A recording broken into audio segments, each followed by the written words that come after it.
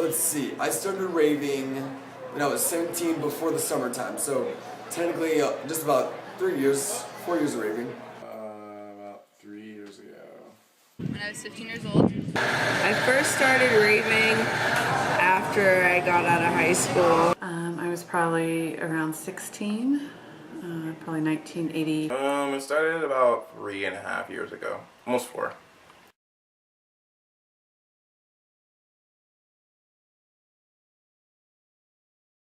Let's see, what got me into the scene?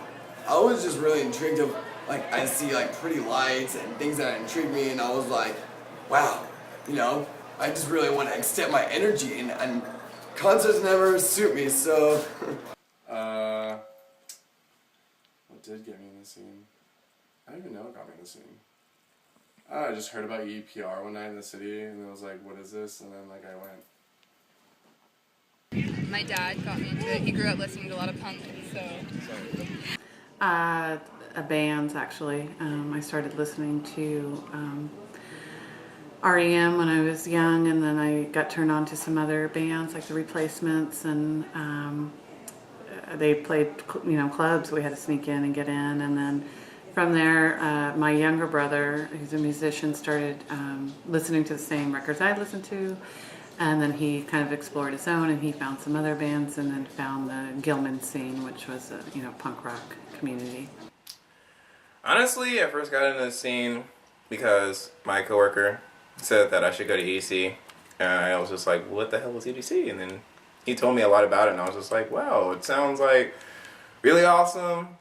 So I basically went, and it was amazing. Like 200,000 people all together in one place, and like all dancing and partying, having a great time. So kind of sucked me in.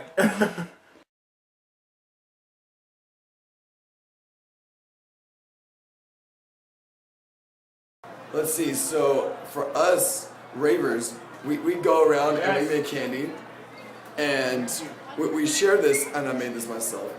We go around and we do this thing called plur, peace, and then the heart, and unity, and the respect when we trade, and it's like, that's, you know, it just goes to show that we care a lot of people, and how we feel for each other.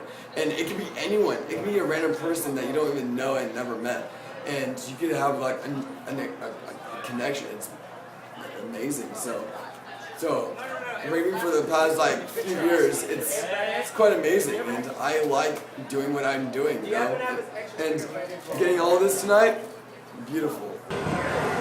Well, of course you hug all your friends that you haven't seen since either the last event or since you hung out with them or whatever, because it's always exciting to get reunited with all your friends. So you do that.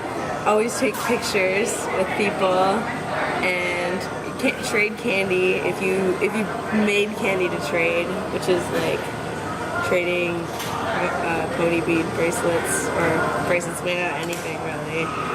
And then, let's see, there's hugging, there's picture taking, there's candy trading, there's another, yeah, I think that's mostly it. And then, you know, storytelling, because you have to catch up with everybody. So be like, oh, what's going on? This is what's going on with me. And then sometimes that causes drama, all that part, but I don't know. It's friends getting together mostly, so it can't be all bad. Ooh, well, for me personally, it was really just to go see the bands, maybe meet them, and you know, find a boyfriend.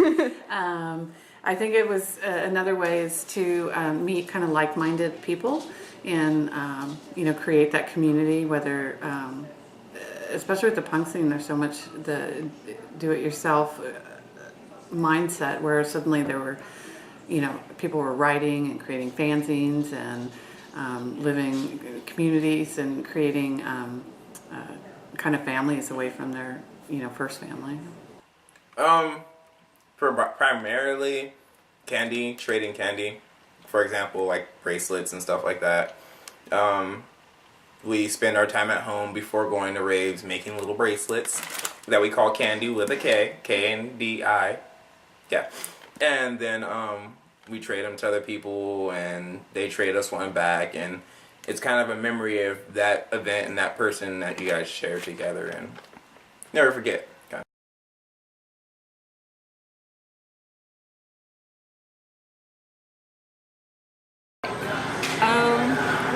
When you go to an event and meet people, it's really different from meeting them outside of an event in like a real world situation, because at an event there are certain boundaries that don't exist anymore. Like people will just run up to you and like hug you and like start an immediate conversation with you, because just by the fact of you being there, you automatically have something in common, because you both want to go to events with the same kind of music and same kind of people and all that. So if you wanted to like say hi to somebody on the street, you would have to like see or hear them doing or wearing or being some way that you agree with. But at an event or a rave or wherever, you just go up to people who strike you to say hello, and usually it's a lot of people. Well, now that I'm old, I'm tired all the time. I think that for punk shows, it's great. There's a lot of great energy, and if you're in a show, you'll see. I think there is a stereotype about some punk that is very negative and violent, and I never experienced that. It's people really interacting with one another, with the music, really being moved by it, and not kind of holding back their expression about what the music means to them, and how it triggers, a response from them. At first, if you didn't know like the scene and know like the people in the scene, you'd think they were kind of weirdos, because everybody's walking around hugging each other and telling them how much they love each other, and just randomly being so open and dancing really weird, and some of them with fingers with lights on them and stuff, as we call glove lights, as I'm aware of, because I actually do glove. But yeah, you think we're crazy, same old stuff, but in reality, they're just all like a bunch of kids that just want to escape, so we all escape and escape together, kind of thing.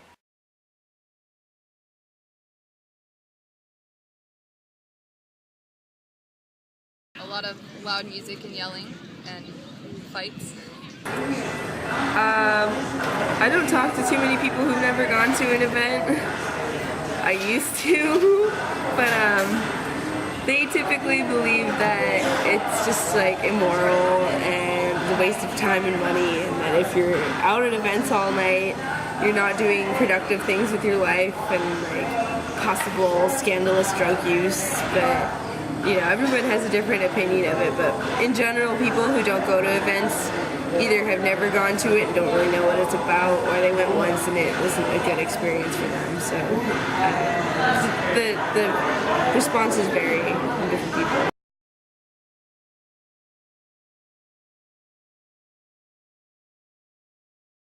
I mean, drugs are definitely involved, but people are like, watch out, there's these like angels in there, and like people like who come around and have like syringes and stick it up your ass, like really, I never felt a prick, and God knows what, I would not know, but still, I know what it's like to be clean, and I don't believe that stuff.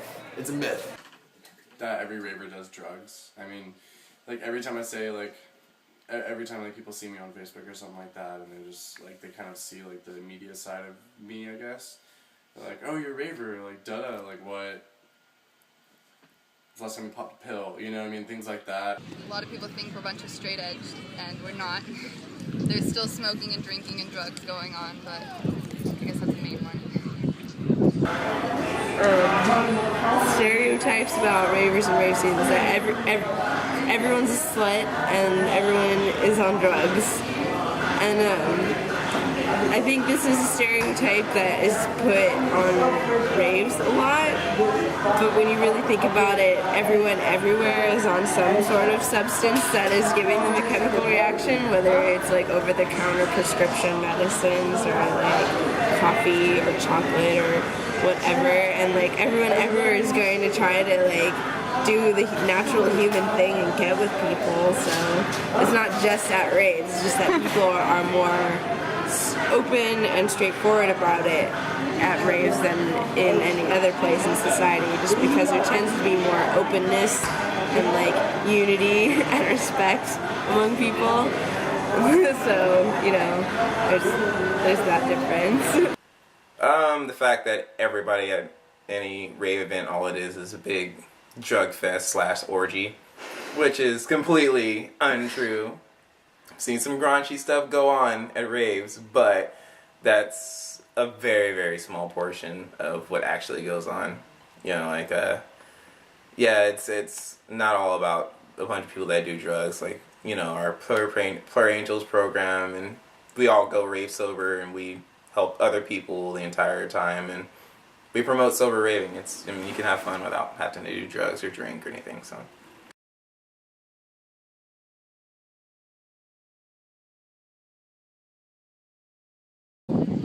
It's just ignorance. It doesn't hurt the scene at all because no matter what anyone says, we still do what we do.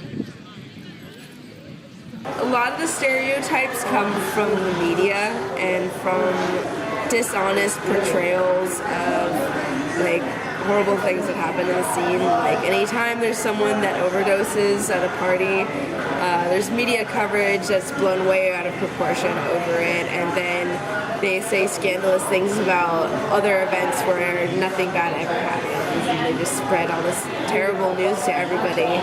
But there are bad things about it. Like there's gonna be shitty people everywhere who make it worse for the rest of us. Like people who are uneducated about their own drug use and their own bodies, who don't drink water, don't take care of themselves, and take drugs from strangers. There's always going to be those kinds of people in any setting, and it's not just the rave scene. It's like that. I don't think it can hurt the scene. I think punk rock has been around since the 70s. It is a genre that is not going to go away, and I think stereotypes don't. I think the music and the people involved in it have found a way to represent the movement without,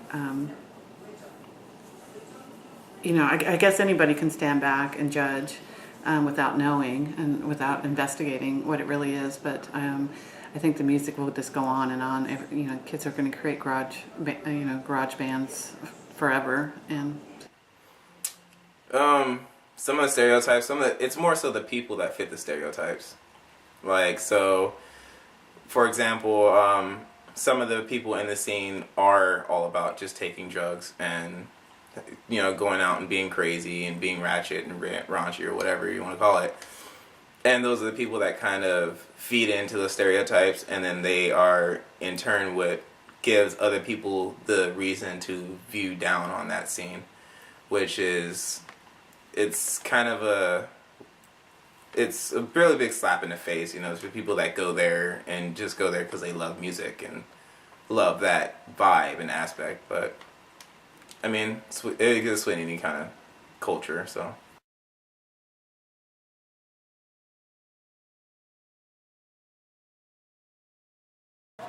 I've never ever done drugs in my life. 20 years old and born on November 16th, 93. I don't find any use of drugs because it hurts people and it separates connection and wanting to be with them. And it's like really stupid. But you know what? It all depends, because I'm just like, well, I mean, people do come, and it's just that they overuse it, so it's like, you know, it's just pretty bad. But some people can limit their drugs. It's just that, like, I wouldn't prefer it, I wouldn't use it, but people, they're just gonna use it regardless because they want to feel like, you know, drop dead or fucked up or away with reality. I feel like sometimes there's a lot of people who don't know what they're doing and then kind of make a fool of themselves, but then if other people stand up and help them, then it doesn't really matter, as long as we can like help each other and like educate each other and make sure we all have like the right medical attention when it's needed. And like, just if you see a friend like doing drugs and you're like you know that they shouldn't be, then you say something. Like, hey, are you sure you want to do that? That's not a good idea. Like, I've seen a lot of people be there for each other and really help each other out. Like, I have a lot more friends with stories like that than friends who didn't do anything, just let it slide.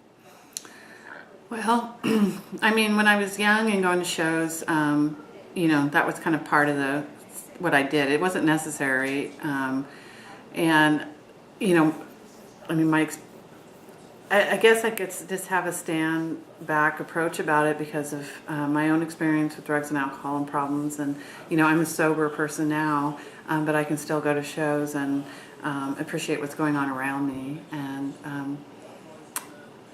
you know, you know, people are going to do what they're going to do. So.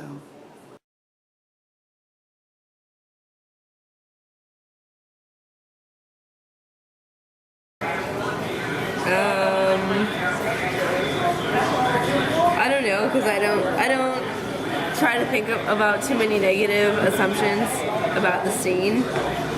But I would just say if anybody has anything negative to say about it, they should just try to go to like an actual event, like with a friend, and be open-minded. And like, if you really come away from it and without any positivity and it's just a bad experience for you, then I'm sorry, but like, don't knock it till you try it at least. Like, there's some really good people there and some awesome music and some really hardworking people who try to make beautifully organized and beautifully staged events. It's like, I don't see why people who would say bad things about it who haven't even tried it.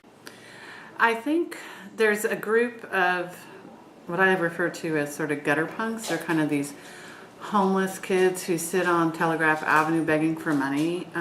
They don't represent to me the punk scene. The punk scene is really about being creative, being artistic, being a part of community, maybe not making a lot of money, not, you know, going into the corporate world and stuff, but definitely being motivated and contributing to the scene and not just taking from it.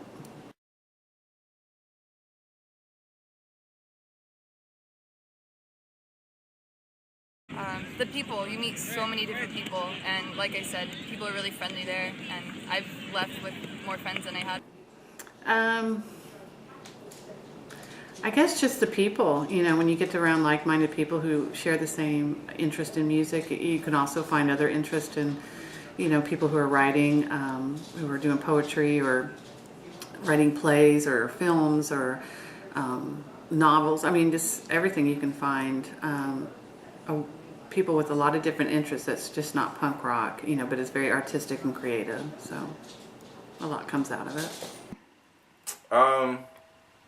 Really, it's, I don't know, I'm like 95% all about music, but I mean, I love like the friends and stuff that I have there, and like going to see them again and talking about what's been going on in each other's lives, and really just embracing that, you know, I see people that I haven't seen in 2 to 3 months to 2 to 3 years at a random event, and it becomes an awesome night because now I'm hanging out with that person again, and we talk about everything as well as listen to like our favorite music and stuff. It's dope. It's so dope.